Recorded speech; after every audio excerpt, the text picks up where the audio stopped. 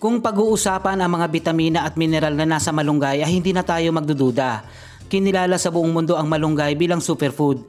Pero kung usaping paghahalaman, nagtataglay ito ng potassium, calcium, magnesium, iron at zinc na kabilang sa macro at micronutrients na kailangan ng ating mga tanim. Bukod sa mga ito ay napatunayan na ang malunggay ay nakakapagpatibay ng resistensya ng halaman laban sa pabago-bagong klima. Kapag nakakaranas ang ating panahon ng iinit, uulan, nai-stress din ang mga tanim at malaki ang maitutulong na malunggay fertilizer upang labanan ito. Dito sa aking garden, ang pangunahin o madalas kong gamitin pataba sa aking mga tanim ay mga concoction. Ito yung FPJ, FFJ, FAA, Calpos at Seaweed Foliar Fertilizer. Pero may mga pagkakataon na nauubusan ako ng mga ito dahil maaaring hindi ako nakagawa.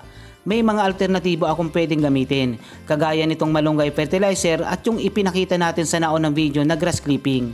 Ito ay para makatulong na rin sa mga beginners kung sakaling hindi pa sila handa sa paggawa ng mga concoction. Maraming natural na paraan para makapagbigay tayo ng pataba sa ating mga tanim.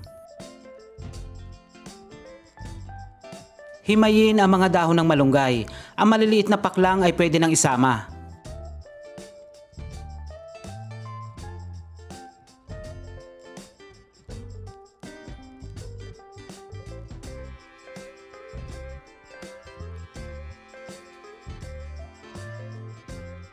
Pagkatapos ay ilagay sa blender.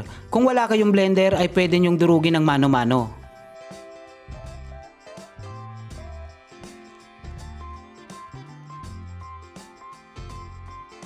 Kapag puno na ay buhusan ng 2 tasa ng tubig.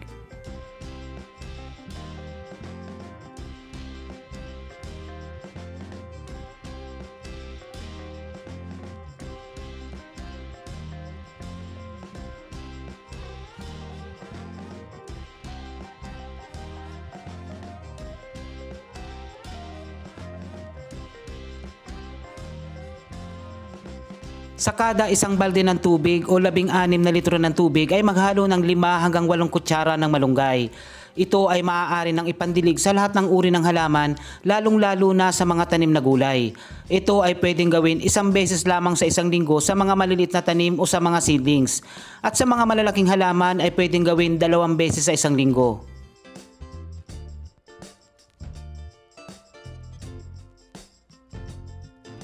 Pwede rin itong i-spray sa mga dahon ng ating tanim.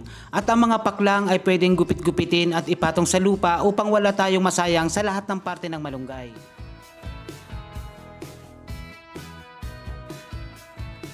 Alam nyo ba yung mga nakikita nyo na yan? Yung mga tumutubong damo sa ating paligid ay napakagandang materyales kung tayo ay gagawa ng mga natural na pataba sa ating mga halaman, lalong-lalo na sa ating mga gulay. Dahil ang mga damo ay natural, walang chemical, non-toxic at safe na gamitin.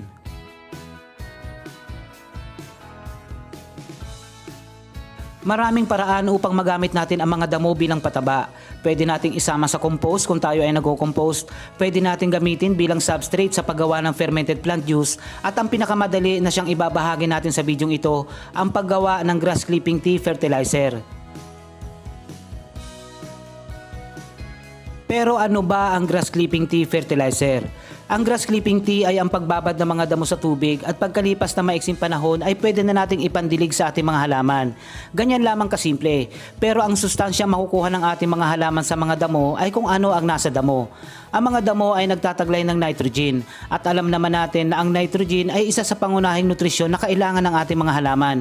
Ibig sabihin, kapag ibinabad natin ang mga damo sa tubig, ang nitrogen na nasa damo ay mapupunta sa tubig at ito ay maipapasa sa ating mga halaman kapag tayo ay nagdidilig.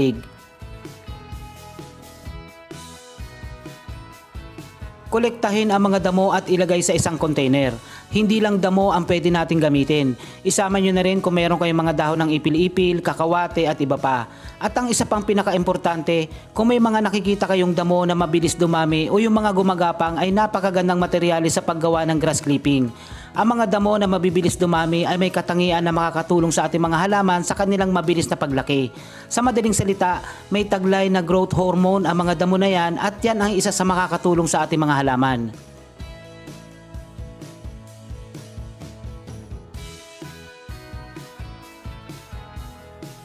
Kung kailangan nyo na, pwede nang gamitin pagkalipas ng 6 na oras na pagkababad sa tubig.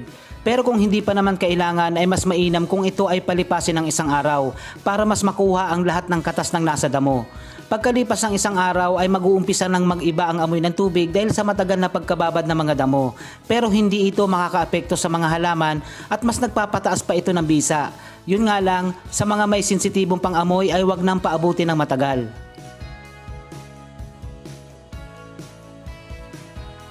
Ang grass clipping tea ay maaari natin gamitin sa lahat ng uri ng halaman, lalong-lalo na sa ating mga gulay.